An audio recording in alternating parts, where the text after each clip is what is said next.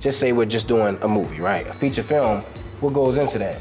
We got music, sound design, film, sound design, everything. Writers, actors, casting directors. Actually conceptualizing the joint, finalizing the script. Everything. And that provides security, props, makeup, wardrobe. I mean, there's contracts. I mean, there's a little bit of it's just a little bit of everything that can go into one production that provides jobs for people all over the city and the county. Depending on the role, we might have to get trainers. Come on. We might have to train people in acrobatics or gymnastics, transportation. Everything. So that's my way of giving back to my city, not giving up on my city and staying here to build what could be concrete, and that's gonna become something really lucrative. 11 side.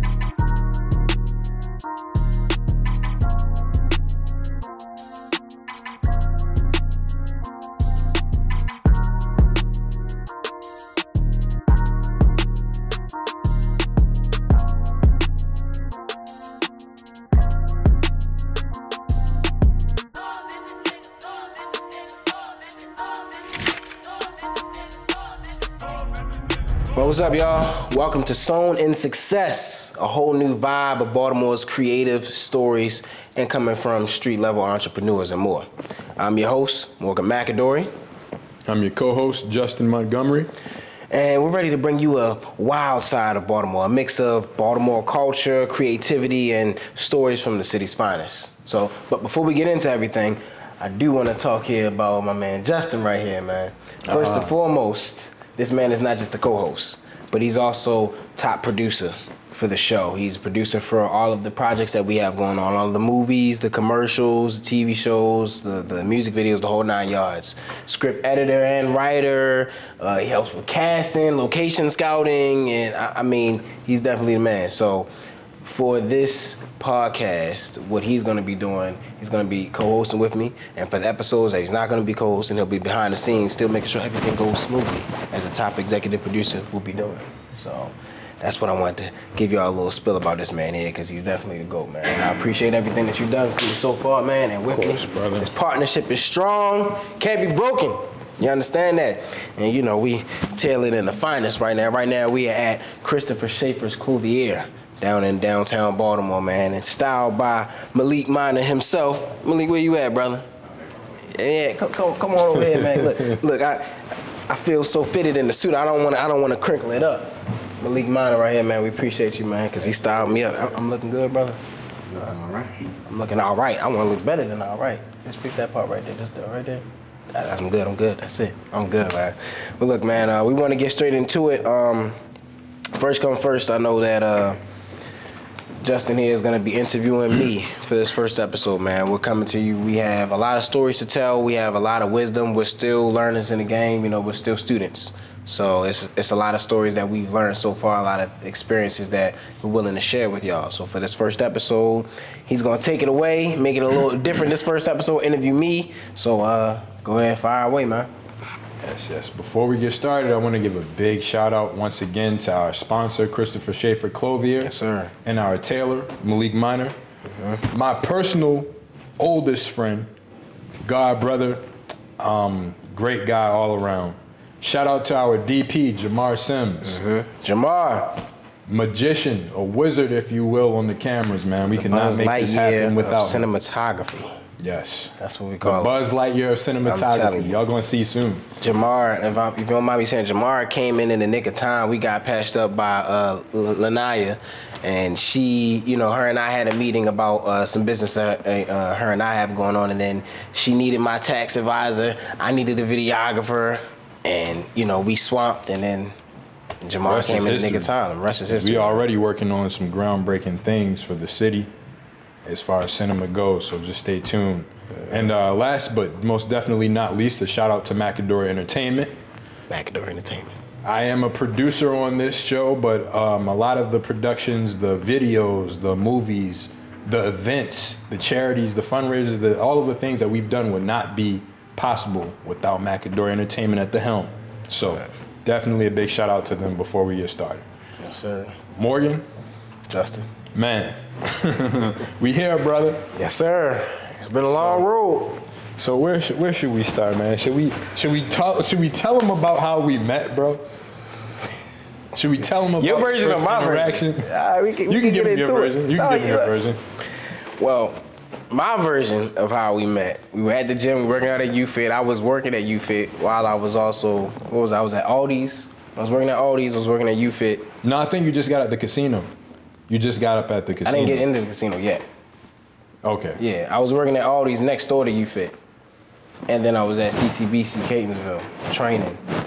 And then, so I'm at UFIT working out. You know, we met through the gym, working out, sparring and shit. And then one day while we sparring, see, I didn't know that let me tell you, we worked out, we sparred, and at the end of that session, we're leaving the gym, and he just came over to me and said, hey, yo, come here real quick. I said, what's up? He grabbed me and put me in some type of UFC move and knee me in my fucking lip. I said, oh! I said, my lip. I said, you busted my lip. That's right, I did. He was like, damn, you was squirming too much. I said, what was I supposed to do? This nigga grabbed me by my head and said, yeah. And I said, I'm fucking bleeding. I'm an actor. This is my face. You can't fuck. He was like, you know what? You can go ahead and get your hit back. I was certain he was gonna sue me, 100%. Yeah, I was thinking about it. He said, you can get your hit back. I said, what I said? I don't want my hit back. I wanted to come natural. I want to whoop your fucking ass. But I didn't know why he did it. He did it because when we were sparring, apparently I busted his lip first. And he was salty. Said, I went to the bathroom, spit out a little blood, thought about it. Said, you know what? I can't let this go. Can't let this slide, man. Yeah, I mean, just from there, man, I guess the friendship formed from there. And then it was just kind of like, well, shit, what you doing tomorrow, bitch? I'll tell you my short and sweet version. We are at the gym. Now, at this time, I don't really know Morgan from Adam or a can of paint. We just cordial gym goers, for real. And Creed was just coming out. Creed 2 was just coming out. And I didn't know Morgan was an actor or that he was following the production of Creed so closely. He was very excited for the film. And I was training martial arts in the gym, so he knew, like, you know, I do MMA, I do boxing, wrestling, Muay Thai, all that other stuff. And so we were shadow boxing. We weren't sparring, we were shadow boxing. Shadow boxing. And he freaking hit me in my lip being hyperactive while we were shadow boxing. So I was like, you know, it is what it is. He went outside with our other friends from the gym. And I was like, well, while they outside, let me go check my lip because I taste some iron in my shit. Had a little blood. So I go into the bathroom, I look at my lip, I spit out a healthy amount of blood. I said, It's a healthy amount. That's right. Apparently my ego was more bruised than I thought. So I went outside and I waited till my friend and the other person who was outside left. It was me and Morgan outside. And I said, come here, let me talk to you for a minute. So he comes up to me. He must have been expecting something. I remember his hands was up. And I grabbed him by his neck and put him in a tie clinch. For all my MMA guys or Muay Thai people out there, you know what that is, the tie clinch. And I gave him a few knees. These were body shots, but he was squirming too much. And he caught one to the lip. And for all my civilians, this is where the lawsuit comes in. Yeah, I was certain he was going to sue me, bro. Nah, we're more like that. Well, moving on to the next topic. This is my brother, man. This is my brother from there. So moving on to the next topic. So, how did you what really inspired you to get into entertainment and film specifically? Because recently you've been, you know, moving more away from the acting and getting more behind the camera. It starts in middle school. So I'm at the John Paul Regional Catholic School. It's middle school in like Dogwood. And, you know, I guess I was always the entertainer of the family, you know, walking around with a little dirty white sock on my hand, acting like I was Michael Jackson. That was my one glove. So, you know, I was always really animated. And in middle school, my mother said, oh, you should audition for this play. I said, I'm gonna audition for this play. I was doing sports, but I wasn't too good at it when I was younger. So I auditioned for this play called Guys and Dolls in like the 6th or 7th grade. Guys and Dolls? Guys and Dolls. I was the only black kid in the play. I was the only black person in the play. And I was the youngest person, like the person next to closest to my age was like maybe like 40. So I was the youngest and the only black person to play. And I was like the pickpocket, I was like the son, I played like multiple roles, but I loved it. I loved the experience. And from there, I came back to the same program, did another play called Run It Christmas, and then they brought more kids in it. And from there, my mom was like, you should just audition for the School of Art, Baltimore School for the Arts. I was like, nah, I want to go to like Milford, Woodlawn, Douglas, I want to play sports, you know. Because I was like, what is School of Arts? What sports team they got? They don't got a sports team. They didn't have any sports team? It's 8-4 at Baltimore School for the Arts. We wasn't driving, so we taking the bus and the train, getting off at State Center, walking all the way down to Cathedral Street. We had to be there about 8:15. I think class started about 8:45, and when you're an underclassman, you do all your academics first. When you're an upperclassman, you do your arts first. So you know they had dance, acting, dance, theater, musician, art. And I was an actor at School of Arts, so we did our academics first, and about around 12:30 we had lunch for an hour, and then we came in. We did the rest of our academics until 4:15. No sports. So I didn't want to do that. But I auditioned, and it was a lot of people in the audition. And I was one of, I believe it was like 14 or less out of hundreds of people that auditioned, and I got the part. So from there, I'm doing plays. I would say one of the strongest actors in the group, one of the most natural. But it was a really good ensemble. It was a really good cast. We were really strong together. Just how we took each role, how we helped each other through, lines and the plays that we did, and then I ended up doing Tubi, which is an independent film. Mm-hmm. So now I'm this kid from Baltimore that want to be in the sports, but I'm acting. I'm in the school for acting, and then they cast me in this film called Tubi in like 2013, where I'm the lead actor. Oh yeah, we're familiar with Tubi. Yeah, we're familiar with Tubi. And for those of you who aren't, you will. We're gonna make sure we drop a link in the bottom of the video just so y'all can go watch that. I'm gonna have to bury that video. No, we're not burying it. I was baby facing it. We're not killing that, man. That's alive and well. It was an anti-bullying film for a camp called North Bay out in Cecil County, and it was a remake. So I was the new Tubi, and they have been showing that same film with my face as the lead actor every week for the camp since 2013. And then from there, as seniors, we went to Iceland. Went from here to Iceland and London, and we did Hairspray, where I was the lead alongside my brother Khalil. Shout out Khalil. We were both the leads. I think I was A lead, he was B lead, so I think I had like 2-3 nights, and then he had like 2 or 3 nights. And we did Hairspray in London. From there, everybody else in the acting ensemble was going to Juilliard, NYU, Cali Arts, Philly School of Arts, and things like that. And we were like, it was me, Khalil, and Julian. We were like the only ones that didn't get to like a top art school. And I think I went to CCBC Catonsville, Khalil went to like CCBC Essex, Julian went to a community college as well, and I was just like, damn, it's gotta be something else to this. So we started trying to do auditions. Me and Khalil, I went to New York and did a couple auditions. That didn't go well because we weren't getting anything. We were going to other states, New York and things like that, and they want actors that live in the state, give or take, 9 times out of 10. So I was like, I don't like this. So I hate doing these roles, I hate doing auditions and not getting the roles, but of course that's a part of acting. I'm like, I'm not moving though. I don't have the funds to be able to move at 18, 19 years old. So I decided, let me do it myself. Let me make the roles. So, Adam Sandler, Spike Lee, Tyler Perry, let me make the rules myself.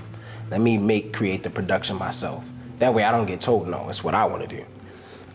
So from there, I started my company. It was Real Smart World Productions first. Yeah. Then it was Morgan McAdory Productions. Nigga had his whole, pardon my French, man's had his whole name. In the company name. Cause I was like, shit, Tyler Perry did it.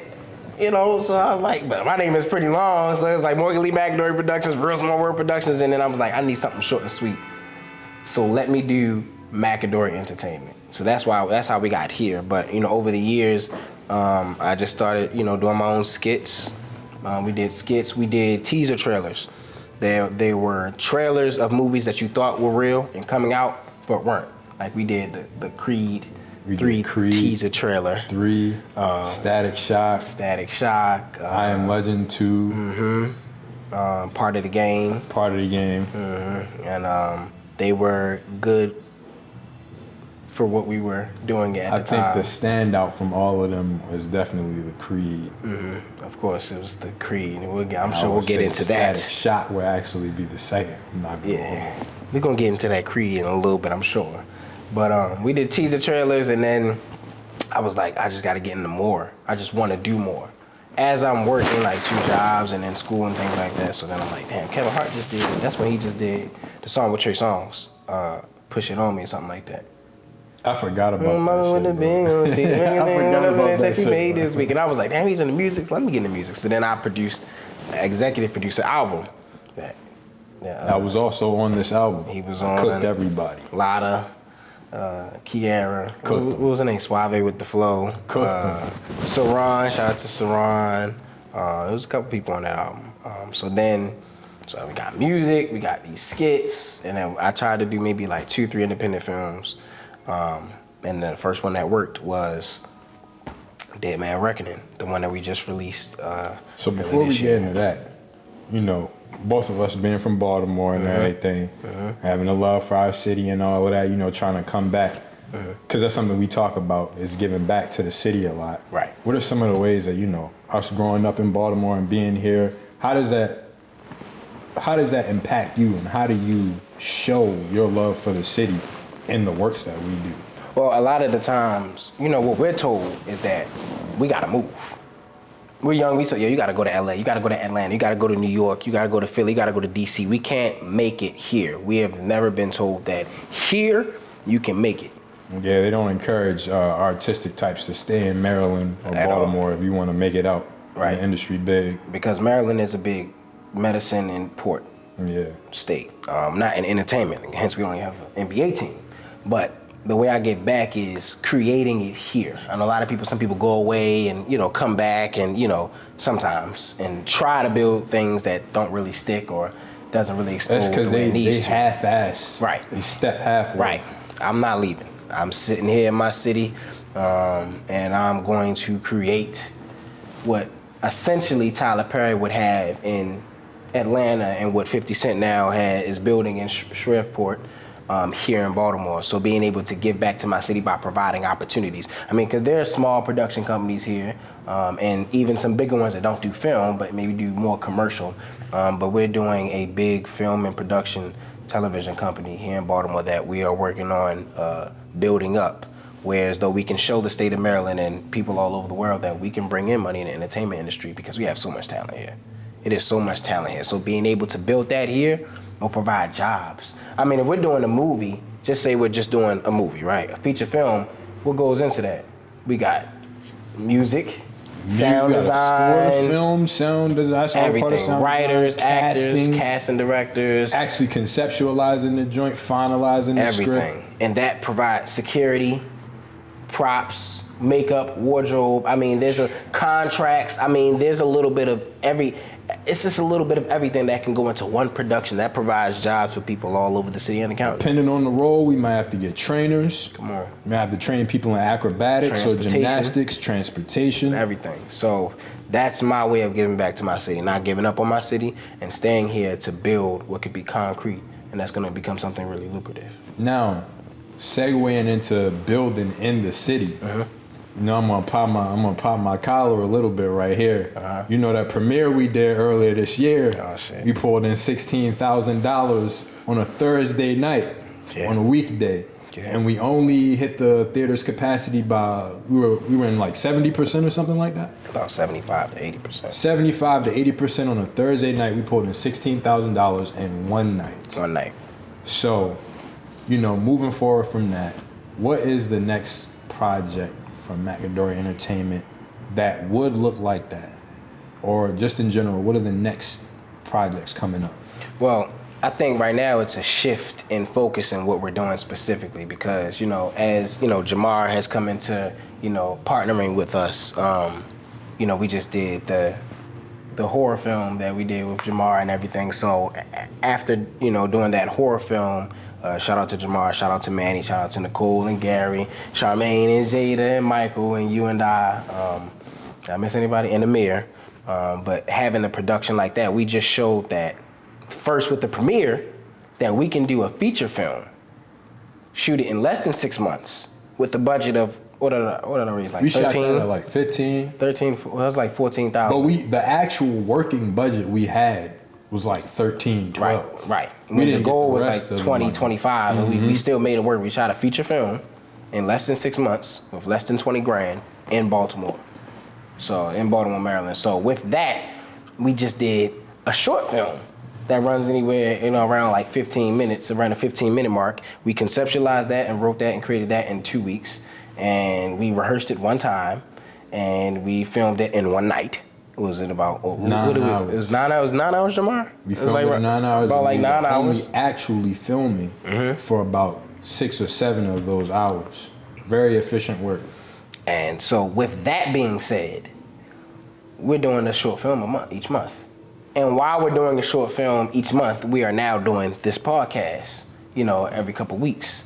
On top of that, working on the clothing line. Yes, we're gonna keep that secret. We're gonna keep that secret. So before you start to spill too many beans. Tom Holland. Exactly. What did the success of Dead Man Reckoning that night? That accolade that we achieved, man. It was a big thing. What did the success of the movie premiere mean to you? Well, the success of Dead Man Reckoning. You talking about the premiere specifically? The premiere specifically. And, if you want to touch on what we just did recently. Well, the success of Dead Man, everything is a learning experience. So with the success of that, I more so have looked at it as we did it, at least. Because my thing was getting over that hump. We had never been over that hump before. Yeah. We never completely, no. Yeah, we never went through the full process of a feature-length film and then the editing and the premiere of it. So actually getting over that hump, I was tired as hell. It was a lot. But then I sat and realized something that we see people like Denzel Washington always say, it's a blessing to be able to do what we do. And to be able to have the opportunity to do it at the level that we're doing it at. Definitely. And with the team we did it with. We did it with people who were close to us. At the time. We didn't, things happened afterwards or whatever, but at the time, we were blessed enough to do that with people that we considered family. In the industry and most people who work on productions, you get acquainted with your team when you get on the set. Right. Well, that wasn't the case with us. We were fortunate enough to do it with people that we had a rapport with and we cared about, and we were all passionate about doing the project together because of that. And the thing, I want to touch on that, the thing is, I looked at the fact that you all allow me to lead that project. Because, what's the saying? There's too many chiefs, not enough Indians. And that whole cast and crew allowed me to be able to lead us to that night. There were times where we had to push back rehearsals, we had to push back training because you were training some of the actors. We had to push back production, some things we didn't have, some things, but everybody allowed me to lead them, and it led us to a very successful night. So then I looked back and I said, at that night I was like, okay, we got something. We got something now. Something that can actually work, something that is going to work. And we are surrounded with people that, whether they did or still do, have shown everybody else that's watching what we can do and what we're gonna do, So, in the city of Baltimore, both of us being from here, it's not too many big names in production that come from Baltimore. Right. Bigger names than you would expect. A lot of people behind the camera. But in front of the camera, behind the camera, who from Baltimore, if anyone, inspires you to do more or create quality work? Anybody from Baltimore? There's nobody from Baltimore that's doing what we're doing that inspires me, but more so of being around people that have the creativity. Because there's so many people that we've worked with, that we've seen, that we haven't worked with yet, that we will, that that have that bug. They have that creative bug. And I think the line of people being passionate about their work is falling short. So just seeing those who are left that are still passionate, that's what inspires me. That's what inspires me to keep going. When you see people like Torah, we see people like, you know, the guys of art, or Doc James, or Malik, or Jamar, people that are actually doing what they love to do, or Chris Wilson, and they're moving, constantly moving, no matter what trials and tribulations they go through. That's like, I look at that and I'm like, there's no reason I should stop. Facts. Because Malik, speaking of Malik, man, I don't know if I told you, but like 2 years ago or so, he didn't even want to do fashion no more. You didn't want to do fashion? He didn't even want to do fashion. See how good we look. And now look at us today, here today, because he did not give up on that. Malik is now the best tailor in the city. And that's recognized. He's been awarded for it. So if you feel like you got something up on him, we gonna see about it. We can see about it, because you don't. Because y'all never seen us in threads like this before. Ever. Thank you, Malik. Shout out to Christopher Schafer and the team. And myself, recently, I'm discovering more and more artists in the city, people for us to work with eventually, or, you know, on the music side, film side, or whatever. Shout out to Mully, man, bro. Mully, if you get to watch this podcast, you keep doing your thing, man, because you're inspiring me and a few other artists to keep going. So shout out. But where do you see McAdory Entertainment going within the next 5 to 10 years? 5 to 10 years, we'll have a building. 5 to 10 years, we'll be providing opportunity and jobs for people in the city and the county. 5 to 10 years, we'll be able to provide people with something that they've never seen here in the city before. You know, right now, when people want to do something as far as film or television here in our city, they don't really have anybody they got to go through. 5 to 10 years from now, they'll be checking at us before they come in. You know, we'll be on the porch. We'll be that porch light before they step into the house. 5 to 10 years, we'll be dropping movies, feature films, commercials, and it's really, for me, about providing that opportunity so that the next generation that comes from this city doesn't have to go that far to be able to express their creativity and the opportunities that we'll be providing through film and television, music, and the whole 9 yards. I mean, we're touching every aspect in every lane right now. So 5 to 10 years, I'm not gonna roll out the whole business plan right here, but definitely in providing opportunity that has never been sought before here in Baltimore City. And that's the goal. So. Let's speak a little candidly. I'm the president of the company. And we can assure you that's the goal, man. We trying to bring eyes to Baltimore. So if you're an artist, put your tape out there. Put yourselves out there. We looking for you. And so are the bigger names in production. And that's the thing. Because, you know, something that, you know, I've had conversations with several people like Dorian or Khalil, or even Malik just recently, it's like, when you look at what Tyler Perry is doing, right? He's showing the state of Georgia that he can bring in money to the state of Georgia. You know, my goal is to get on, you know, to keep doing the films that we're doing and the projects that we're doing, and then eventually get on the panel to be able to raise the tax incentive for, you know, the entertainment industry in the state of Maryland, because I think the tax million, the cap is like 12 million. Whereas I'm not sure what it is in Atlanta, or, you know, but I'm sure it's hundreds of millions. Hundreds of millions, whereas in LA it might be 2 billion. But we got to show them that we can bring in money, because, you know, even portions of The Walking Dead was filmed at Tyler Perry Studios. You know, Spider-Man Far From Home, Tyler Perry Studios, and, you know, The Walking Dead, you know, Rick, those main characters, some of them were from London. So then they're flying in from London to the state of Georgia, money back to the state. Then they have recurring roles, and I like they're paying me good, so let me buy a house here, money back to the state of Georgia. And then it's growing. So being able to show them that we can do that here, that's the goal. That's gonna forever be the goal. And recently we just filmed a short film, a horror short film, and we also learned that Baltimore is the hottest place in the United States. Or Maryland is one of the hottest places in the United States to film horror. So we on track for that. Yeah. Pretty soon we'll show the city what we can do and hopefully create some bigger opportunities for everybody. It's a partnership that people haven't seen. I mean, even with collaborating with Malik or Jamar or, you know, the goddess of, you know, Charmaine, and even me and you, because what we're working on right now is, you know, the next film. Whereas though, not to, you know, put anything out there, because some people are too much. Stealing some of our ideas, or, you know, I mean, we can't prove anything, but either way, you're working with me right now on your training. You know, it's a certain diet and certain workouts that I have to do to be able to get my body set for this role while still writing and directing and producing and working on the other films. Jamar's got ideas, Manny's got ideas, you know, we've all got ideas. So it's like, we don't stop working. So that's where we at. All right, Mr. McAdory. Well, thank you for giving us a glimpse into your world, brother. Well, I got some things that I want to talk about with you now. What you talking about? Man, we got another segment. Another segment? Yeah, man, we got another segment. I wasn't aware of this. Yeah, I know you wasn't aware of this. Something that we planned behind the scenes. Who knew about this? Jamar, you knew? Shaman, you knew?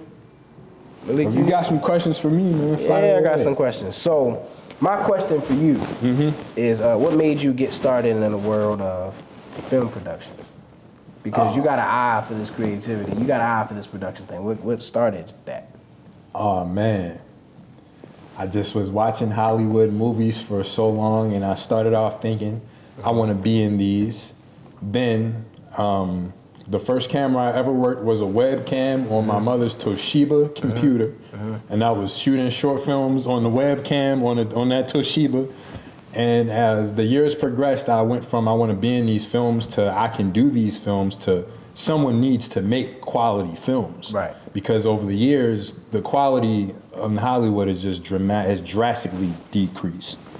I've always had an eye for creativity. Me and Malik used to draw. That's how we got started in the artistic expression. Right. We used to draw. Right. And then from there, I got into music and dancing and all that other stuff.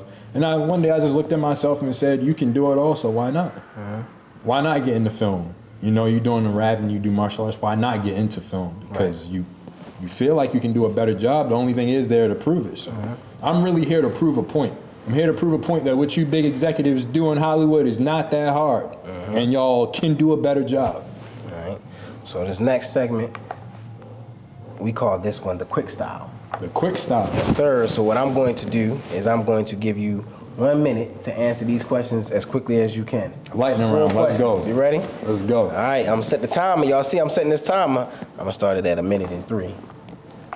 So we rolling. All right, ready? All right, so who's a Baltimore artist or creative that you think people need to watch out for? Doc James, K-Ron, Taco, and he's been around for a while, and I mentioned him earlier, but Mully Man. Okay. All right, what's one thing that you think people would get wrong about Baltimore? That it's an extremely dangerous place. It's not that dangerous if you're minding your business. If you're a tourist, act like a tourist. Exactly. Okay. What's your favorite Baltimore spot for inspiration? The harbor. And the harbor and some of the Brown Mountains in Maryland. Okay. Where do you see yourself taking your own creativity journey in the next year? Whatever I'm trying to do, whatever it is I stick with, I'm trying to be the greatest.